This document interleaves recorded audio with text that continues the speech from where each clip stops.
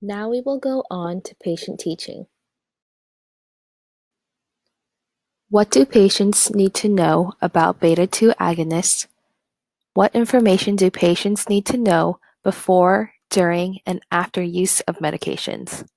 The specific medications that we will be talking about are albuterol, which is a short-acting bronchodilator, and salmeterol, which is a long-acting bronchodilator.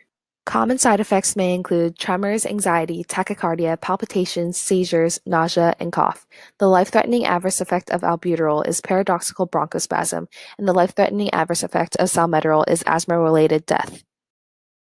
When administering albuterol with an inhaler, make sure to shake well before each use. Prime the inhaler by spraying into the air 4 times. Breathe out fully through the mouth, close lips around the mouthpiece, and breathe in deeply and slowly while fully depressing the canister. Hold breath for up to 10 seconds.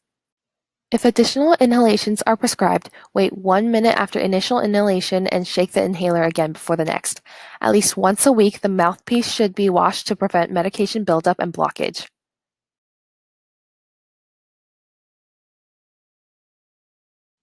Before inhaling, breathe out fully. Do not exhale into the device. Activate and use only in the leveled horizontal position.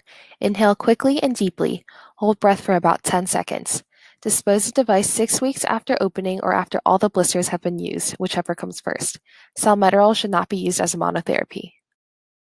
Take albuterol only as directed. Do not double the doses or increase the dose or frequency of doses because exceeding the recommended dose may cause adverse effects like paradoxical bronchospasm or loss of effectiveness. Make sure to report symptoms of paradoxical bronchospasm, which is mainly presented by wheezing. Contact the healthcare provider immediately if shortness of breath is not relieved by medication or is accompanied with diaphoresis, dizziness, palpitations, or chest pain. Notify the healthcare provider if there is no response to the patient's usual dose or if the contents in a single canister are used up in less than 2 weeks. Take salmeterol only as directed. Do not double the doses, and if symptoms occur before the next dose is due, use a rapid-acting inhaled bronchodilator. This medication is not indicated for acute asthma attacks.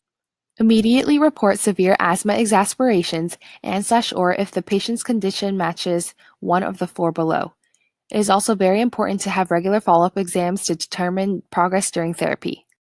Peak flow measurement is important because it indicates the amount of air flowing in and out of the lungs. This will help determine when to get emergency medical treatment, how well an asthma treatment plan is working, when to stop or add medicine as directed by the healthcare provider, and what triggers the asthma attack. The healthcare provider will direct when and how to use the peak flow meter. In order to effectively use the peak flow meter, teach the patient these 9 steps.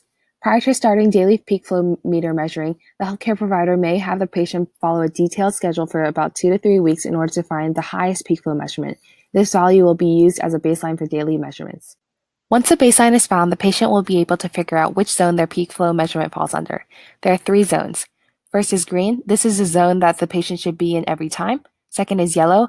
This means that the patient should notify the healthcare provider. Third is red. This is a medical emergency. The patient should immediately seek help.